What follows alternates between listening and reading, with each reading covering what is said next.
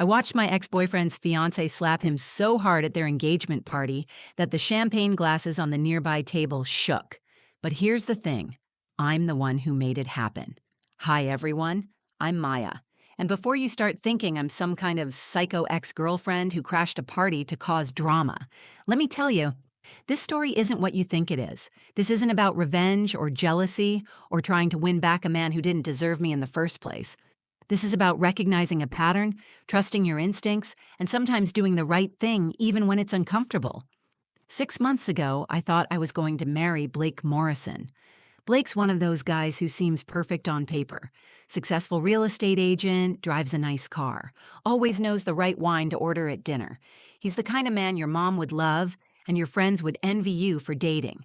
Tall, charming, with this smile that could convince you to do just about anything. We dated for 2 years, and for the first year, I genuinely believed he was my forever person. But Blake had this way of making you feel like you were never quite enough. Not smart enough, not sophisticated enough, not calm enough.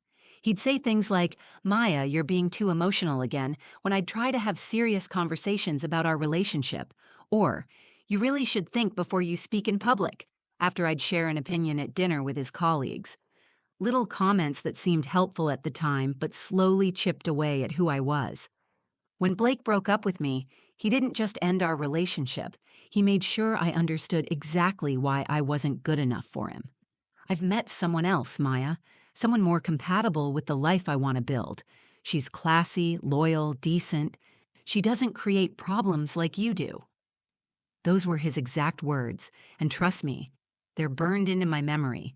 That someone else was Chelsea Rivers, a 26-year-old elementary school teacher with Pinterest-perfect blonde hair and a smile that could light up a room. Chelsea seemed like everything Blake said I wasn't. Put together, agreeable, the kind of woman who probably never raised her voice or challenged anyone's opinion. Blake made sure I knew how perfect she was, posting photos of their romantic dinners and weekend getaways, always with captions about finding the one and being truly happy for the first time. My sister Emma wanted to slash his tires. "He's a manipulative jerk, Maya, and you're better off without him." My best friend Jordan was more diplomatic but equally protective. "Good riddance to bad garbage," she'd say while we ate ice cream and watched terrible movies. They helped me rebuild my confidence, reminded me of who I was before Blake convinced me I needed to change everything about myself. For months, I worked on healing. Therapy helped me understand that Blake's behavior wasn't love. It was control. I started recognizing the patterns, the way he'd isolated me from friends who might question his treatment of me, the way he'd make me feel grateful for his attention, while simultaneously making me feel like I had to earn it. I was finally in a good place, finally feeling like myself again when that elegant cream-colored invitation showed up in my mailbox. Blake Morrison and Chelsea Rivers were getting engaged, and apparently I was invited to celebrate their happiness. The party was at Skyline Rooftop, one of those upscale venues with panoramic city views and champagne that costs more than most people's rent. The same venue Blake had once told me we'd go to when you're ready for that kind of sophistication. Standing in my apartment holding that invitation, I had a choice to make. My therapist would definitely advise me to skip it. My sister would probably hide my car keys. The healthy thing would be to stay home, order takeout, and continue moving forward with my life. But something in my gut told me I needed to be there, not for Blake, and not even for myself. Something told me Chelsea might need someone in her corner, someone who understood what it felt like to love Blake Morrison and slowly lose yourself in the process. I had no idea that decision would change everything, not just for me, but for Chelsea too. And by the end of that night, everyone at that party would understand exactly what kind of man Blake really was. To understand why I made the choices I did that night, you need to know how Blake Morrison operates. Because here's the thing about emotional manipulators. They don't start by tearing you down. They start by building you up so high that when they begin chipping away at your foundation, you're grateful they're still willing to catch you when you fall. Blake and I met at a networking event downtown. I was wearing this burgundy dress that made me feel confident, and I was having a great conversation with a group of marketing professionals when this incredibly handsome man approached our circle. Excuse me, he said, looking directly at me, but I couldn't help overhearing your thoughts on digital marketing trends. You clearly know what you're talking about. The entire group turned to look at me with new respect, and I felt like I was glowing. That was Blake's superpower, making you feel like the most interesting person in the room. For our first 3 months together, I felt like I was living in a romantic movie. He'd send flowers to my office with notes like, "For the smartest woman I know." He'd plan elaborate dates and tell me how refreshing it was to be with someone real after dating so many shallow women. He made me feel chosen, special, like I was different from everyone else. The shift happened so gradually I didn't even notice it at first. Blake would make small suggestions about my appearance. "You look beautiful, but maybe the red lipstick is a little much for dinner with my boss?" He'd offer to help me refine my social media presence because successful people are careful about their image. When I'd get excited about something at work or passionate about a political issue, he'd smile and say, "I love how enthusiastic you are, but you might want to tone it down a bit in mixed company." I started second guessing everything. Was I too loud, too opinionated, too emotional? Blake seemed to love me, but he also seemed to know better than I did about how I should present myself to the world. I began changing little things: my lipstick color, the way I laughed, how much I shared in group conversations. I told myself he was helping me become a better version of myself. The isolation came next, though Blake was clever about it. He never forbid me from seeing my friends. Instead, he'd schedule romantic surprises on the same nights I had plans with them. "I got us reservations at that place you mentioned, but it's tonight only. Can't you see Jordan another time?" When I'd choose him over my friends repeatedly, he'd praise me for being so devoted to our relationship. "This is what real love looks like, Maya, prioritizing us." Emma, my older sister, was the first to call it out. "Maya, you've canceled on me 3 times this month. And when was the last time you had an opinion about anything without checking Blake's face first?" I got defensive, told her she was jealous of my happiness. Blake comforted me afterward, saying family members often struggle when someone they love finds a serious relationship. "They'll come around," he assured me. "They just need time to adjust." By year 2, I was a shadow of myself. I'd gained weight from stress eating, lost touch with most of my friends, and developed this habit of looking to Blake before expressing any opinion. I thought this was what mature love looked like: compromise, growth, becoming better for your partner. Blake reinforced this by constantly telling me how much he loved this version of me, how proud he was of my progress. The end came suddenly. Blake had been distant for weeks, claiming work stress. Then one evening, sitting in his perfectly organized apartment, he delivered the death blow with clinical precision. "Maya, I've been doing some thinking, and I don't think we're compatible long term. I've met someone else, someone who naturally embodies the qualities I've been trying to help you develop. Chelsea is classy, loyal, decent. She doesn't create drama or need constant reassurance. She's just easy to love." I sat there, numb, as he listed all the ways Chelsea was superior to me. She was calm where I was emotional, sophisticated where I was rough around the edges. She never questioned his decisions or made him feel like he had to defend himself. She was everything I wasn't, everything I'd apparently failed to become despite 2 years of trying. Breakup felt like waking up from a coma. Suddenly, I could see how small I'd become. Staring at that cream-colored invitation with its gold-embossed lettering, I felt like I was holding a piece of evidence in a crime I was still trying to understand. "Blake Morrison and Chelsea Rivers request the pleasure of your company." The same Blake who'd told me 6 months earlier that I wasn't sophisticated enough for the kind of life he wanted to build. Now he was marrying someone who apparently was. Emma found me sitting at my kitchen table, turning the invitation over in my hands like it might reveal some hidden truth. "Please tell me you're not actually considering going to that," she said, pouring herself coffee without asking. My sister has this way of reading my mind that's both comforting and terrifying. "I don't know," I admitted. "Part of me is curious about this perfect woman who swept Blake off his feet." Emma sat down across from me, her expression shifting from concern to that protective big sister mode I knew too well. "Maya, you've spent months rebuilding yourself after that relationship. You're finally happy again. You're dating that nice guy from your yoga class. You got that promotion at work. You actually laugh at your own jokes again. Why would you want to walk back into Blake's world? She was right, of course. I had rebuilt my life, piece by piece. Therapy sessions where I learned to recognize gaslighting and emotional manipulation, reconnecting with friends. Blake had slowly convinced me were dramatic or not good influences, rediscovering the parts of my personality he'd labeled as too much. My passion for social justice, my tendency to laugh loudly at movies, my habit of crying during commercials. But something nagged at me. Maybe it was the timing of certain things I'd noticed over the past months. Blake still watched my Instagram stories, not immediately but consistently, usually late at night. He'd liked a few of my posts, always professional ones that made me look successful and put together. Then there were the occasional LinkedIn views of my profile, and once a congratulations comment on a work achievement that he deleted within hours. 2 weeks before the engagement party invitation arrived, Blake had sent me a direct message on Instagram. Nothing dramatic, just, "Hey Maya, hope you're doing well. I saw your post about the marketing campaign you led. Really impressive work. I always knew you were talented." I'd screenshot it and sent it to Jordan, who responded with a string of eye-roll emojis and block him. But I didn't block him. Instead, I found myself analyzing his message, wondering why he'd reach out now. Then came another message 3 days later. "I know this might sound weird, but I miss our conversations.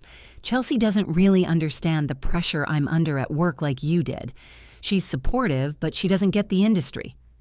That second message made my stomach turn, not because I missed Blake, but because I recognized the pattern, the same pattern that had started our relationship, making me feel special, chosen, understood in ways his current partner supposedly wasn't. Blake was already laying groundwork, testing the waters, seeing if his backup plan was still available.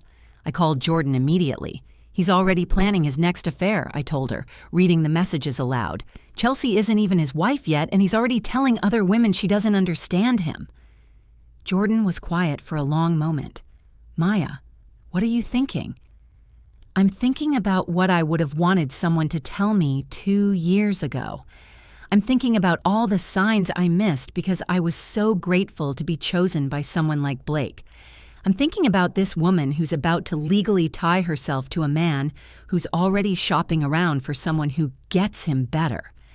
The more I thought about it, the clearer it became. Chelsea was living my story, the early stages where Blake made her feel special by putting down his previous relationship, where he was probably slowly, subtly reshaping her into his ideal woman while simultaneously keeping his options open. I made a decision that surprised even me. I was going to that engagement party not to confront Blake or cause a scene, but to observe, to see if I could spot the signs I'd missed in my own relationship, to see if Chelsea showed any of the same symptoms I'd developed, the constant checking of Blake's mood, the careful monitoring of her own behavior, the gradual dimming of her natural personality.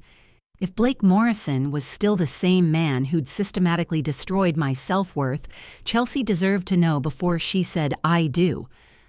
The morning of Blake's engagement party, I stood in front of my closet like I was preparing for battle, which, in a way, I was.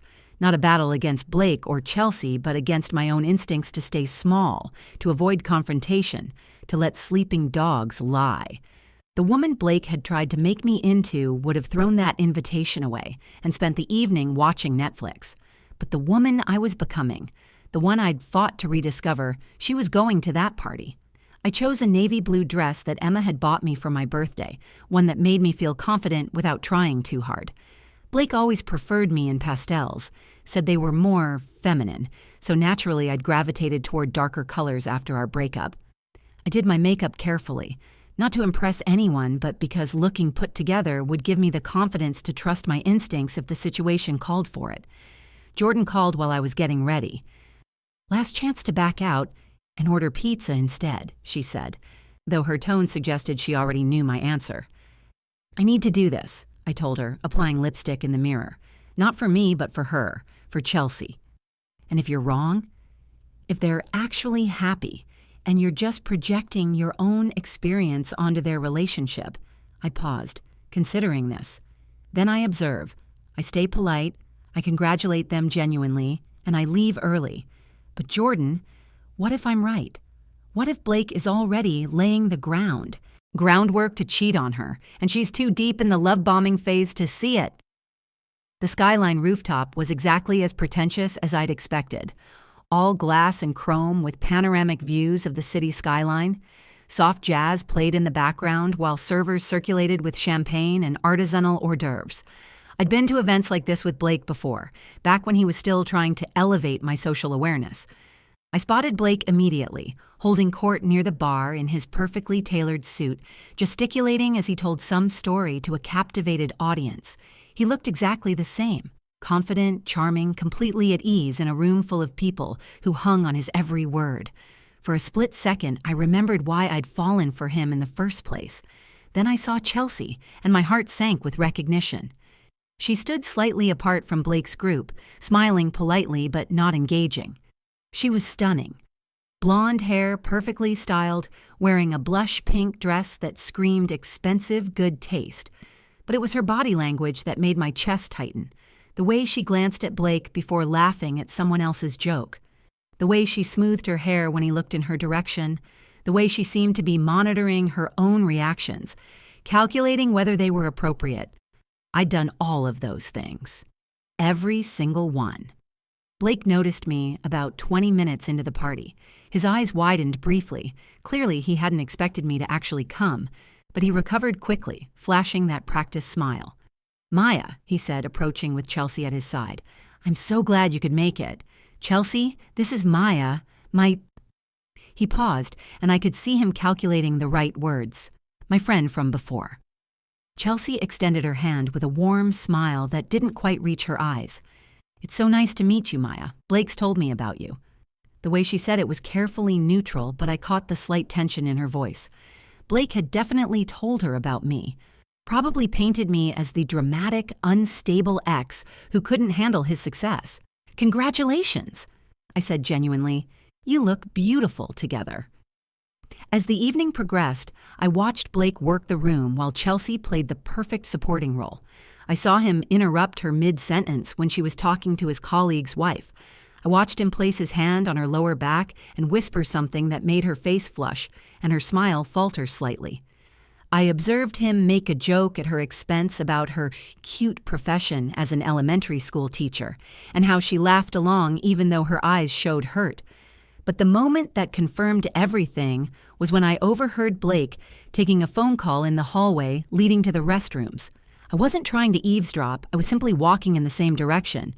When I heard him say, "I can't wait to see you tomorrow night. This whole engagement thing is exhausting, but I'll make it worth the wait. Just don't text me tonight, okay? Chelsea gets paranoid about my phone." My blood went cold. He wasn't just keeping his options open, he was actively pursuing someone else while celebrating his engagement to Chelsea. The golden hour lighting on the skyline rooftop should have been romantic, all warm amber glow and city lights beginning to twinkle in the distance. Instead, it felt like the perfect backdrop for a reckoning. Blake had finished his phone call and returned to the party, slipping seamlessly back into his role as the devoted fiancé, completely unaware that I'd overheard him making plans with another woman. I found Chelsea standing alone by the dessert table, picking at a small plate of chocolate-covered strawberries. She looked tired despite her perfect makeup, like someone trying very hard to appear happy. This close, I could see the foundation covering what looked like stress breakouts along her jawline, something I remembered developing during my second year with Blake. "The party is beautiful," I said, approaching carefully. "You must have put a lot of work into planning this." Chelsea's smile was grateful, but weary. "Thank you. Though honestly, Blake handled most of the details. He has very specific ideas about how things should be done." She laughed, but there was no joy in it. "He says I'm too trusting of vendors, that I don't negotiate hard enough. He's probably right. I've never been good at conflict." Those words hit me like a physical blow. I'd said almost identical things about myself during my relationship with Blake. He had this way of convincing you that your natural kindness was actually a weakness that needed his protection. "Chelsea," I said gently, "can I ask you something? And please know I'm asking because I care, not because I'm trying to cause trouble." She nodded, though her posture tensed slightly. How are you feeling about everything?" "Really feeling?" For a moment, her carefully maintained composure cracked. Sometimes I feel like I'm not good enough, like I'm always disappointing him somehow. He's so successful, so sure of himself, and I'm just—" She stopped herself, shaking her head. "I'm sorry, I shouldn't be saying this to you. Blake mentioned you two had a difficult breakup, and here I am complaining about—" "Chelsea," I interrupted softly. "Blake has been messaging me." I showed her the Instagram messages on my phone, the ones where Blake complained that she didn't understand his work stress, where he reminisced about our deep conversations. Her face went pale as she read, and I watched her expression shift from confusion to recognition to a dawning horror. "There's more," I said quietly. "I overheard him on a phone call 20 minutes ago. He was making plans to meet someone tomorrow night, telling them not to text tonight because you get paranoid about his phone." Chelsea stared at the messages, her hands shaking slightly. "He told me you were obsessed with him," she whispered, "that you couldn't handle him being happy with someone else. He said you'd probably try to cause problems. And you believed him because he made you feel like you were different from me. Special. Like you were the one woman who could finally make him happy." I kept my voice gentle. "Chelsea, there's nothing wrong with you. There never was. Blake needs you to feel insecure because insecure women don't question him when he disappears for hours or when his behavior doesn't add up." Across the rooftop, Blake was gathering everyone's attention, champagne flute raised. "Ladies and gentlemen, if I could have your attention for a moment." Chelsea looked at her phone sitting on the gift table nearby, then back at me. "What should I do?" "Trust your instincts," I said. "You know something's been wrong. You've probably known for a while." Blake's voice carried across the crowd as he began his speech. 2 years ago, I thought I knew what love was, but I was wrong." He looked directly at Chelsea with that practiced, adoring expression I knew so well. When I met Chelsea, I realized I'd never actually experienced real love before. She's everything I ever wanted in a partner. Classy, loyal, decent. She never creates drama or makes me question my decisions. She supports my dreams and makes me want to be better.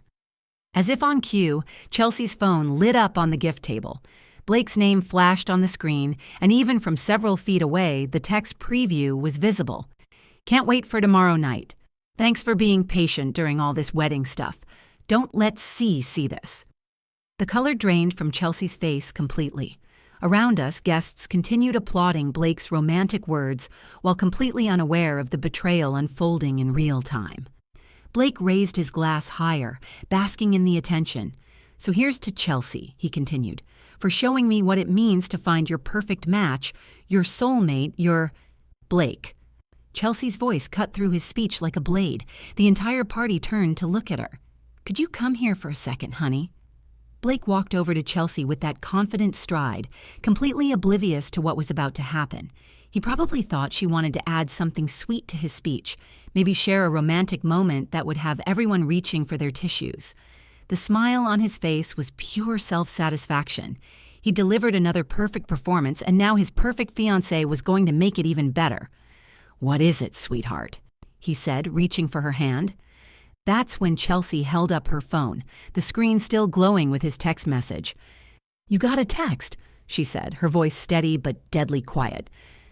"From yourself." I watched Blake's face go through a series of micro-expressions: confusion, recognition, calculation, and finally, panic. But true to form, he immediately went into damage control mode. "Chelsea, I can explain—" The slap happened so fast that several guests gasped audibly. The sound echoed across the rooftop, and I swear those champagne glasses actually rattled on the nearby tables. Chelsea had put her whole body behind it, and Blake staggered backward, his hand flying to his cheek. "The engagement is off," Chelsea announced, her voice carrying across the stunned crowd. "Everyone is welcome to stay and enjoy the party. The food is already paid for, but Blake needs to leave. Now." The aftermath was swift and brutal. Blake tried to salvage the situation, reaching for Chelsea's arm while hissing something about discussing this privately, but she stepped away from him with a grace I'd never managed during our relationship. "Don't touch me," she said firmly, "and don't try to convince me that text message means something other than what it obviously means." Blake's face cycled through emotions: shock, anger, desperation. "You're overreacting," he said, loud enough for nearby guests to hear. "You're being dramatic, just like—" He stopped himself. But the damage was done. Several people were already pulling out their phones, either to text friends or, knowing this crowd, to document the social media gold they were witnessing. "Just like Maya?" Chelsea finished for him. "Just like every other woman who called you out on your behavior?" She turned to address the crowd, her voice clear and confident. "For anyone wondering, Blake has been making plans to cheat on me with multiple women throughout our entire engagement. The wedding is obviously canceled. Please enjoy the champagne. Think of it as a celebration of dodging a bullet." Watching Chelsea stand up for herself was like watching someone emerge from underwater and take their first real breath.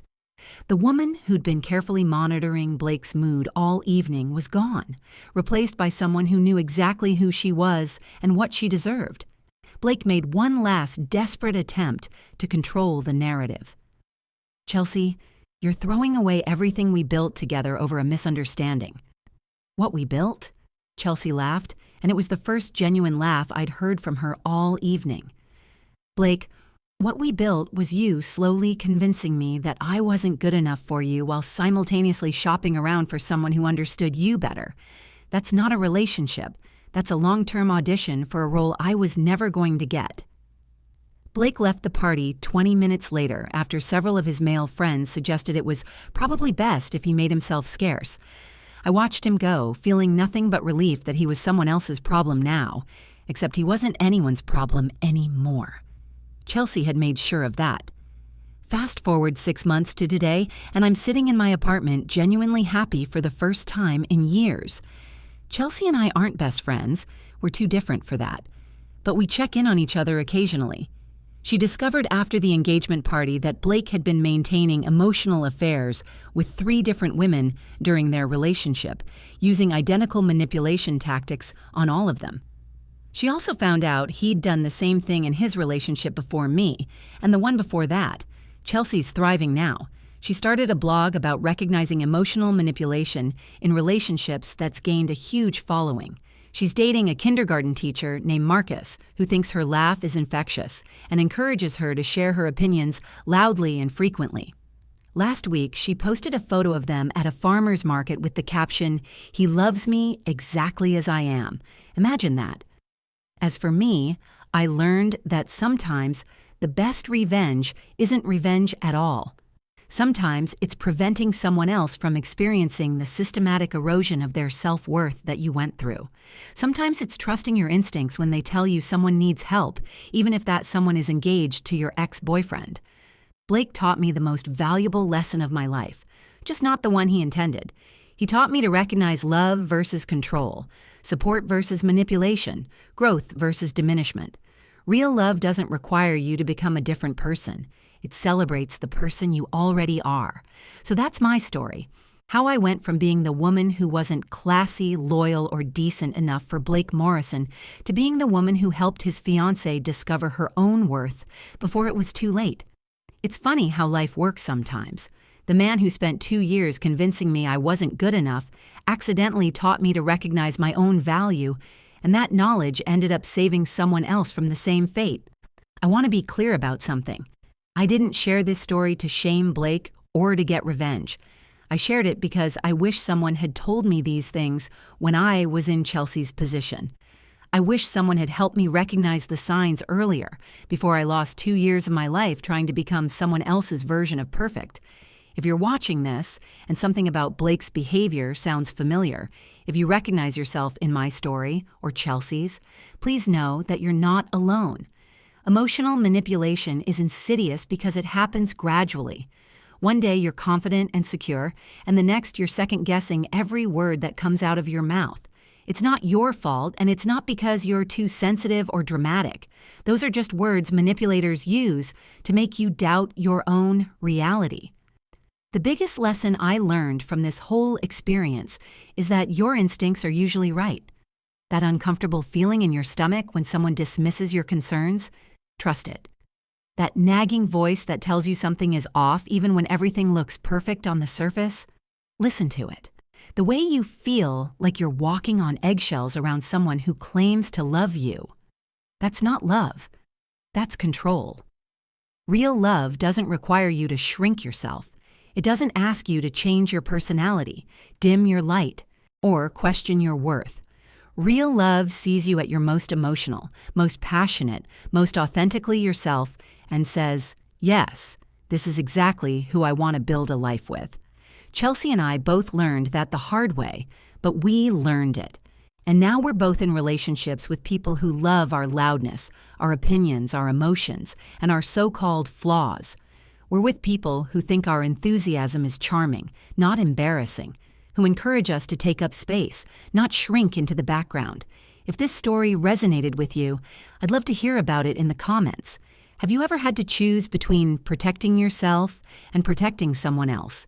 Have you ever recognized your own story in someone else's relationship? Have you ever had to learn the hard way that someone's treatment of you says nothing about your worth and everything about their character? Your stories matter, and sharing them helps other people feel less alone. Sometimes the comments section becomes a place where people realize they're not crazy, they're not overreacting, and they deserve better than what they're accepting. Before I go, I want to say thank you to everyone who's been following my journey on this channel. Sharing personal stories isn't always easy, but your support and engagement make it worthwhile. Your comments, your messages, your own stories, they remind me why I started making these videos in the first place. If this is your first time watching one of my videos, welcome.